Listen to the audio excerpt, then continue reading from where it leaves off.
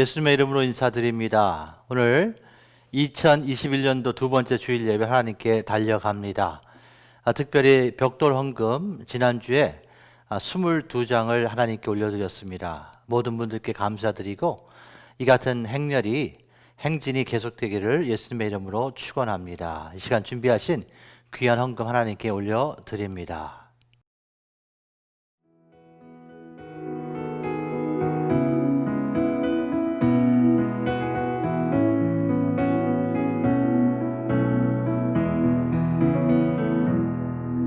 그 선하님의 고요히 감사하여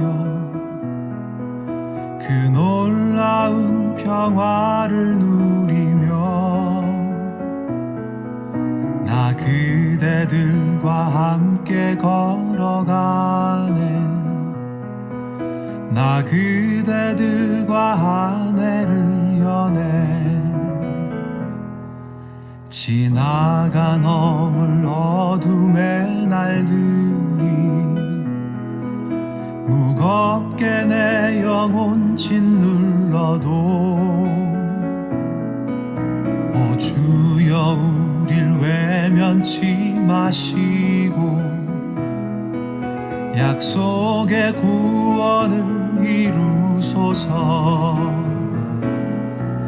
그 선한 힘이 우릴 감싸시니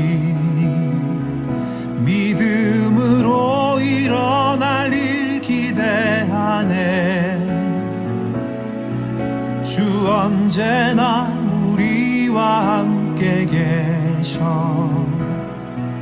하루 또 하루가 늘 새로워.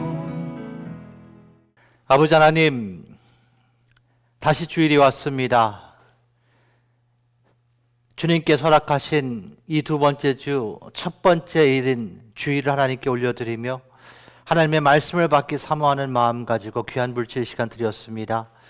하나님이 물질 위에 기름 부어주시고 바로 쓰는데 부족함이 없도록 하나님 능력으로 함께하여 주시옵소서. 감사드리며 예수님의 이름으로 기도합니다. 아멘.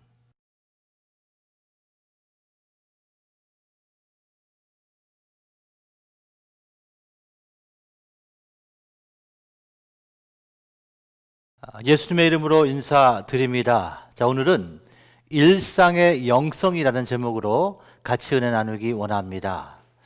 자, 영성이라는 의미가 무엇일까요? 그것은 하나님의 생각과 마음과 관점으로, 즉 하나님의 말씀이 우리의 삶에 들어와서 모든 상황을 그분의 말씀과 그분의 생각과 마음으로 보는 능력입니다. 자, 하나님의 교회는 하나님의 사람들입니다. 하나님의 사람들은 세상에서 은혜로 말미암아 믿음으로 세상에서 건짐을 받은 사람들입니다. 성경은 이 사건을 구원받았다, 또한 영생을 얻었다, 새로운 피조물이 되었다, 하나님의 자녀가 되었고 예수님의 신부 등등으로 성경은 표현합니다. 그렇습니다. 기독교인들은 자신이 죄인인 것을 하나님께 고백하고 하나님의 아들이신 예수 그리스도의 그 십자가의 죽음과 그 죄사함을 예수님께서 나를 위해서 그 죄의 대가를 십자가에서 해결하신 것을 믿고 또한 예수님께서 죽음의 권세를 깨시고 부활하신 것을 믿을 때 임하는 사건입니다. 자, 로마서 4장 24절과 25절 이렇게 말씀하세요. 의로 여기심을 받을 우리도 위함이니 곧 예수 우리 주를 죽은 자 가운데서 살리신 이를 믿는 것이라 라고 말합니다. 자, 예수님의 부활을 믿는 우리에게는 그분의 의가 인치된다는 것을 성경은 말씀하고 있는 거예요. 그래서 예수님의 십자가만 믿는 것이 아니고 그분의 부활까지도 우리가 믿어야 되는 것이죠. 그 의미를 25절에 다시 계속 이렇게 설명합니다. 자, 예수는 우리 범죄함을 위하여서 내어줌이 되었고, 자, 십자가에서 죽으셨다는 의미고요. 또한 우리를 의롭다 하심을 위하여 살아나셨다라고 기록하죠. 자, 예수님의 죽음은 우리가 지은 죄값을 지불하기 위한 것이요, 예수님께서 다시 살아나신 것은 우리를 의롭게 하기 위해서 부활하셨다는 거예요. 그래서 로마서 10장 9절과 10절은 구원의 정의를 이렇게 기록하지요. 우리 한번 두 구절 합독하죠. 시작. 내가 만일 내 입으로 예수를 주로 시인하며 또 하나님께서 그를 죽은 자 가운데서 살리신 것을 내 마음에 믿으면 구원을 얻으리니 사람이 마음으로 믿어 의에 이르고 입으로 시인하여 구원에 이른다고 기록합니다. 자, 사랑하는 가족 여러분, 우리는 하나님의 사랑, 예수님의 은혜, 그리고 성령의 능력으로 말미암아 새로운 피조물, 뉴 크리에이션이 되었죠. 성경은 그 새로운 피조물을 기독교인이라고 합니다.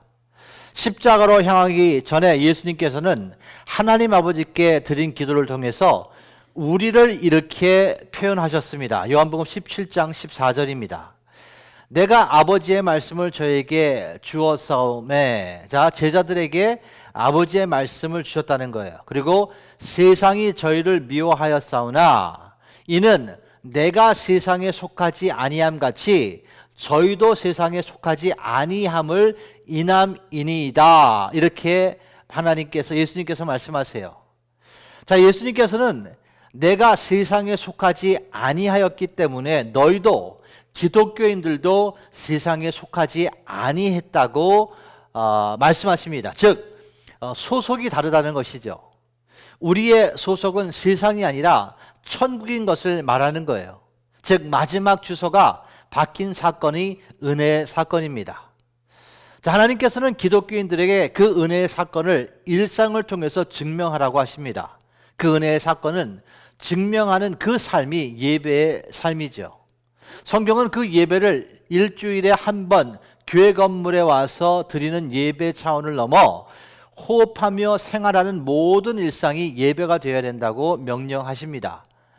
우리의 생각, 행동, 언어가 다 예배가 되어야 된다는 것이죠.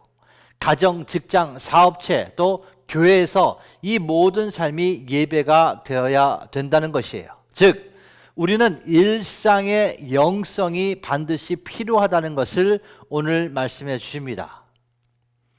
자, 어떤 지인이 질문을 이렇게 했어요. 자, 마지막으로 행복을 누려보신 적이 언제인가요? 어떻게 생각하십니까? 마지막으로 여러분이 행복을 느껴보신 적이 언제인가요? 자, 많은 사람들은 심지어 기독교인일지라도 이 같은 질문 앞에선 자신의 삶을 돌아보게 되지 않나 생각해 봅니다. 자, 인생의 모든 과정과 상황이 행복하면 좋겠지만 이 지상의 일상은 그렇지 않습니다. 자, 복음서를 보게 되면 예수님이 웃으신 기록이 한 절도 없는 것을 보게 되면 참 인생은 쉽지 않다는 것을 봅니다. 아니, 그 예수님께서 한 번도 웃었다는 그 말씀이 기록되지 않은 것을 보면서 사실 저는 많은 생각을 하게 됩니다. 그래서 저는 이런 결론을 내려요. 항상 행복할 수는 없겠지만 그 행복을 느껴본 경험을 잊을 정도로 오래되었다면 그것은 문제일 것이다 라고 표현하고 싶어요. 자, 어떤 분은 자신이 직면하는 상황에 따라서 마음의 날씨가 좌우됩니다. 상황의 행복이 마음의 행복이 되며 상황의 폭풍이 마음의 폭풍이 되는 것이죠. 자, 그런가 하면 다른 분은 마음의 날씨가 상황을 바라보는 관점을 만들기도 합니다. 마음의 행복이 삶의 행복이 되며 마음의 폭풍이 삶의 폭풍이 되는 것이죠. 어쩌면 우리는 이 양자를 경험하는 삶을 겪고 있다는 생각을 해봅니다. 자, 걷잡을 수 없는 산불을 보면 여러분은 어떤 마음이 듭니까? 저는 개인적으로 큰 지진과 태풍, 그 다음에 걷잡을 수 없는 산불을 보면 두렵지요. 왜냐하면 자연은 한순간에 인간이 건축한 모든 것을 앗아갈 수 있기 때문입니다. 자, 그런가 하면 웅장한 숲에 심겨진 아름다운 나무와 계곡 사이에서 흘러내리는 물을 보게 되면 마음이 맑아지는 것 같아요. 맑은 공기를 마시며 청량한 새소리를 들으면 기분이 신선해집니다.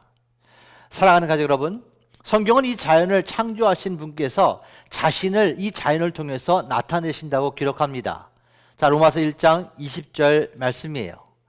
창세로부터 그에는 하나님이 보이지 아니하는 것들, 곧 그의 영원하신 능력과 신성이 그 만드신 만물에 분명히 보여 알게 되나니 그러므로 저희가 핑계지 못한다고 기록합니다. 자, 이 말씀이 이거예요. 이 웅장한 자연을 보라. 이 눈부신 태양을 보라.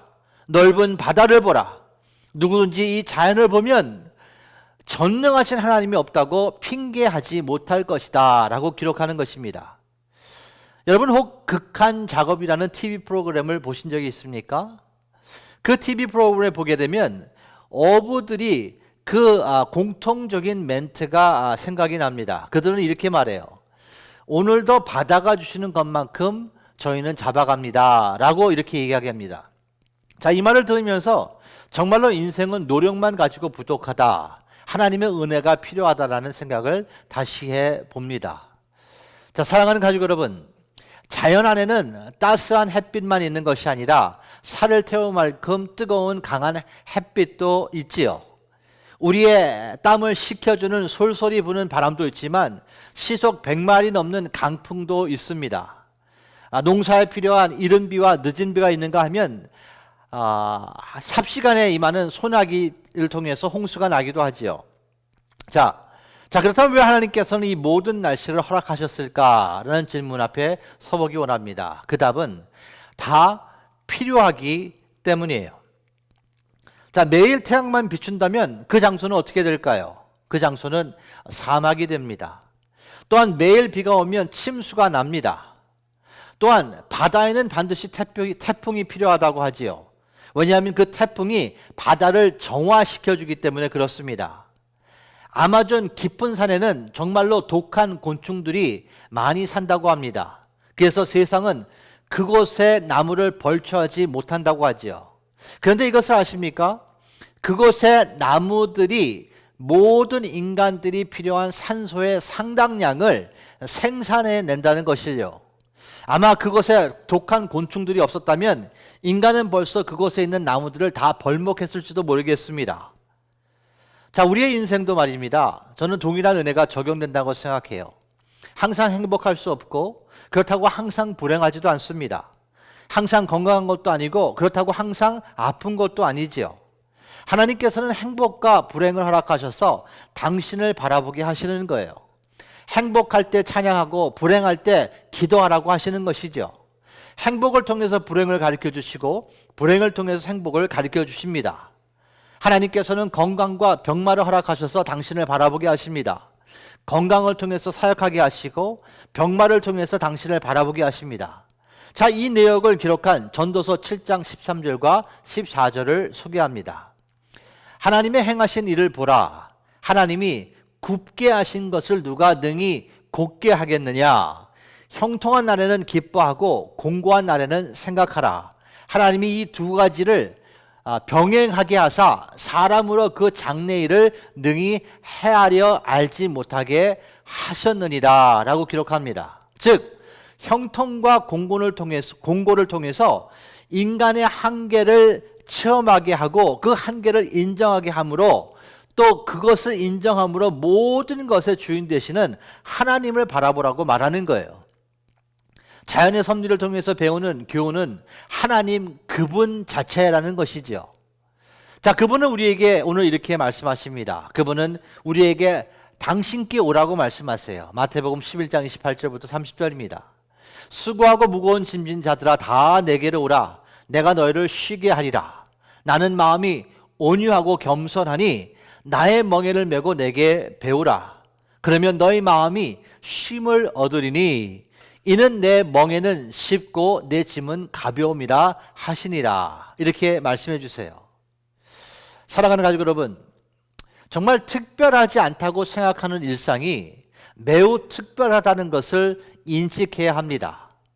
자, 종교 개혁자였던 마틴 루터는 밥 한 공기에 우리가 필요한 모든 것이 담겨 있다고 그는 가르쳤어요. 즉 이 밥 한 공기가 만들어지기까지 햇빛이 필요하고 바람이 필요하고 비가 필요하고 옥토가 필요하고 그리고 매일 땀을 흘리는 농부들이 필요하고 그리고 유통 과정을 책임지는 사람들 그리고 맛있게 밥을 해줄 그 누구까지 사실 이 밥 한 공기를 보면서 우리가 감사해야 될 모든 대상들이 이 안에 담겨 있다는 것이죠.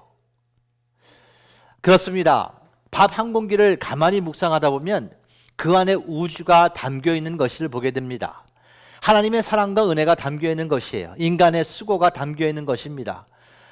즉 특별하지 않다고 생각하는 우리의 일상 안에 우리가 필요한 하나님의 사랑과 은혜가 있다는 것입니다. 가족 여러분, 그래서 인생은 보물찾기라고 저는 표현하고 싶어요. 우리는 며칠 전 이번 대선이 불법 선거라고 믿는 성난 자국민들이 워싱턴에 있는 국회의사당을 침입해서 난동을 부린 사건을 목격했습니다. 자국민이 자신의 나라에 그 심장 역할을 하는 장소에 칼을 꽂은 것이죠. 정말 독재국가나 부정부패가 심한 나라들에 일어날 수 있는 상황이 미국에 벌어진 것이에요. 현재 이 비극적인 사건을 통해서 많은 민주당 또 공화당 의원들은 분노를 쏟아놓고 있습니다. 자, 미국에 온 지 이제 제가 40년이 넘어갑니다. 나를 낳아준 어머니는 한국이지만 나를 키워준 아버지는 미국이기 때문에 사실 저는 정치를 떠나서 그 장면을 보고서 마음에 많이 폭풍이 임했고 눈물이 나왔습니다. 특별히 미국은 우리의 자녀들의 나라이기도 하기 때문에 마음이 찢어졌습니다. 또한 미국과 한국이 선진국으로서 세계를 섬길 때 세계 선교에 긍정적인 역할을 미치기 때문에 이 같은 사태가 더욱더 마음이 아팠습니다. 자, 이 상황을 보면서 저의 마음의 날씨는 따스하게 비치는 햇빛과 상관없이 먹구름과 비바람이 쳤습니다. 자, 그런데 이 폭풍의 마음에 하나님께서 은혜 주셨어요. 왜냐하면 이 같은 사태를 제가 기도로 예수님께 드렸습니다. 그리고 은혜를 간구했습니다. 자, 모든 상황에 은혜가 되어진다면 반전할 수 있기 때문이죠. 자, 이 상황을 통해 미국을 사랑하는 애국자들은 정당을 떠나서 협력할 수 있는 기회가 될 것이라고 저는 생각합니다. 아니, 그렇게 믿습니다. 하나님을 사랑하는 자들이 정당과 인종을 넘어서 협력할 수 있는 기회가 되기 때문이에요. 자, 로마서 8장 28절의 말씀이 이 미국에 임해질 것으로 믿습니다. 우리 로마서 8장 28절 말씀 같이 한번 합독합니다. 우리가 알거니와 하나님을 사랑하는 자 곧 그 뜻대로 부르심을 입은 자들에게는 모든 것이 합력해서 선을 이루느니라, 이렇게 말씀하시죠. 사랑하는 가족 여러분, 하나님을 초청하여 그분과 함께 걸어가는 일상은 우리의 영성을 빚어가는 유일한 통로입니다. 자, 이것이 성화의 과정이며 신앙생활이에요. 이것이 산제사의 삶인 것입니다. 그래서 신앙은 누구에게나 평등한 거예요. 누구든지 일상을 통해서 주님과 함께 할 수 있기 때문입니다. 내 자신보다 나를 더 잘 아시는 그 하나님께 나의 삶을 열어드렸으면 좋겠습니다. 직면하는 상황을 겸손한 마음으로 하나님께 그 상황을 올려드렸으면 좋겠습니다. 상황과 상관없이 감사의 마음을 드렸으면 좋겠습니다. 그리고 기도합니다. 그것이 믿음이며 그것이 신앙생활이에요. 자, 그런가 하면 임하는 은혜가 있습니다. 그것은 직면하는 상황을 넘어서 전체적인 안목을 볼 수 있는 그런 은혜를 보게 되지요. 자, 어떻게 다니엘은 신앙을 지키기 위해서 사자굴로 들어갈 수 있었을까요? 그것은 일상에서 다니엘은 하나님과 동행했기 때문이에요. 한순간에 다니엘이 사자굴로 들어가는 믿음이 생기지 않았다는 것이에요. 자, 에스더가 어떻게 자기 민족을 위해서 목숨을 걸고 그때 왕이었던 아하스로의 왕을 만날 수 있었을까요? 그것은 일상에서 에스더는 하나님과 동행했기 때문입니다. 자, 목숨을 거는 이 믿음의 행위는 한 번에 되지 않는다는 것이에요. 자, 어떻게 아브라함은 자신이 사랑하는 아들 이삭을 번제물로 하나님께 드릴 수 있었을까요? 그것은 일상에서 하나님과 동행했기 때문입니다. 한 번에 그런 믿음이 생기는 게 아니라는 것입니다. 자, 그런가 하면 왕이 된 다윗이 어떻게 자신의 충신이었던 그 충신의 아내를, 그 벳세바를 범할 수 있었을까? 이런 질문을 또 던지기 원해요. 자, 사무엘 하 11장 1절과 2절에서 그 답을 찾기 원합니다.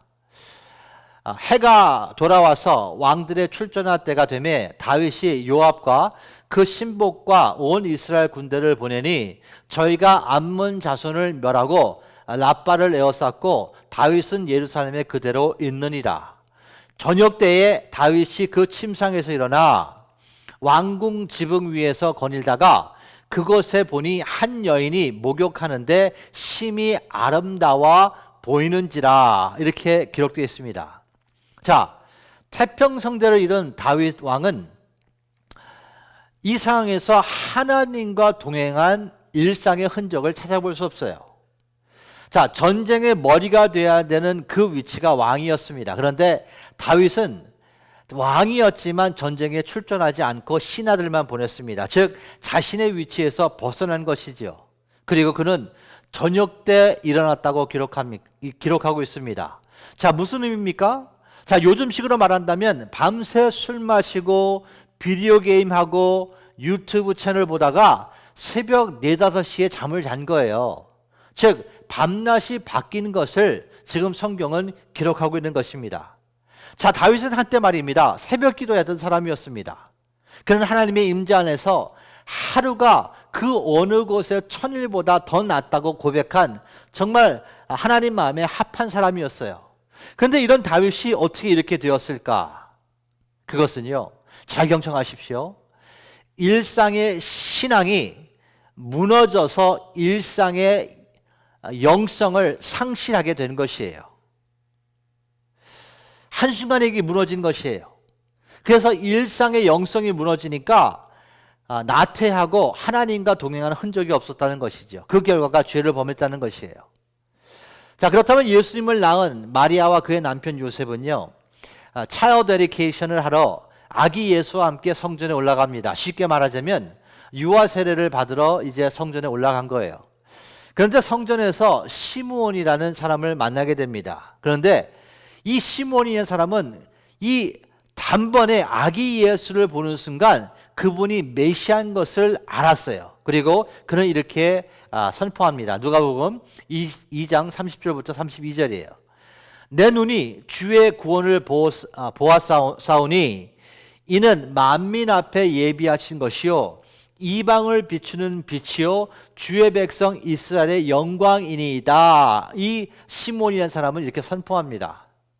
자, 그렇다면 신기하지 않습니까?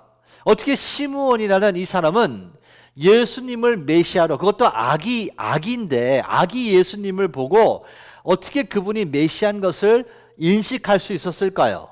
자, 그것은 일상의 말입니다. 하나님과 동행했기 때문이에요. 사랑하는 가족 여러분, 정금 같은 신앙이 단번에 빚어지지 않습니다. 이 일상의 영성을 통해서 만들어지는 것이에요.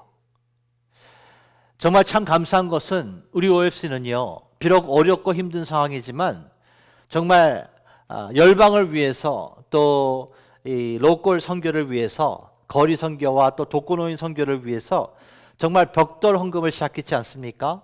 그리고 정말 많은 분들이 정성껏 함께 지금 참여해 주시고 있습니다. 아니 심지어 아이들까지도 인volv되어 있죠. 지난 주일에도 22장의 벽돌을 우리는 합력해서 쌓았습니다. 사랑하는 가족 여러분, 다시 한번 여기에 감사드리고 또 이것을 말씀드리기 원해요. 자, 이 같은 열매는요, 한 번에 맺지 못합니다. 성령의 역사하는 예배와 1:1 양육과 또 제자 훈련, 또 단기 선교 등, 또 목자님들의 헌신 등등 수많은 은혜의 역사들이 일상이 되었기 때문에 맺은 열매라는 것이에요. 사랑하는 가족 여러분, 다시 말씀드리기 원합니다. 특별하지 않다고 생각되는 일상에 특별함이 존재합니다. 하찮다고 생각되는 그 안에 보물이 존재합니다. 가족 여러분, 한 주간도 말씀에 붙들려 있다면 세상의 큰 소음에도 마음을 다스릴 수가 있습니다. 한 주간도 일상을 통해서 하나님의 큰 은혜와 사랑이 여러분 한 분 한 분에게 충만하게 임하기를 예수님의 이름으로 축원합니다. 기도합니다. 주님 감사합니다. 오늘 일상의 영성이라는 제목 가지고 하나님의 말씀을 선포했습니다. 하나님, 우리 일상의 그 특별한 상황이 아니라고 생각하는 그곳에 하나님의 특별한 은혜가 있음을 오늘 마음에 새깁니다. 내가 하찮다고 생각하는 그 상황 안에 하나님의 보물이 있는 것을 마음에 새깁니다. 그래서 신앙은 평등한 것이고 누구든지 예수님과 동행하며 하나님의 나라와 의를 위해서 쓰임받을 수 있는 것을 마음에 새기며 이제 한 주를 출발합니다. 한 주도 하나님께서 모든 OFC 성도들을 눈동자같이 지켜주시고 일상을 통해서 하나님을 경험하며 일상을 통해서 하나님과 교제하며 일상을 통해서 하나님께 영광 드릴 수 있도록 축복하여 주시옵소서. 이전에 우리를 위해서 십자가에서 죽으시고 부활하신 예수 그리스도의 은혜와 그 은혜이신 예수님을 보내신 하나님의 놀랍고 크신 아가페 사랑과 은혜 가운데 오늘도 말씀으로 다가오신 성령님의 교통하심과 역사하심이 이 자리에 있는 아버지의 모든 자녀들 위해 그들의 직장 사업체 위에 가정 위에 이 시간부터 영원토록 함께 하실지어다. 아멘.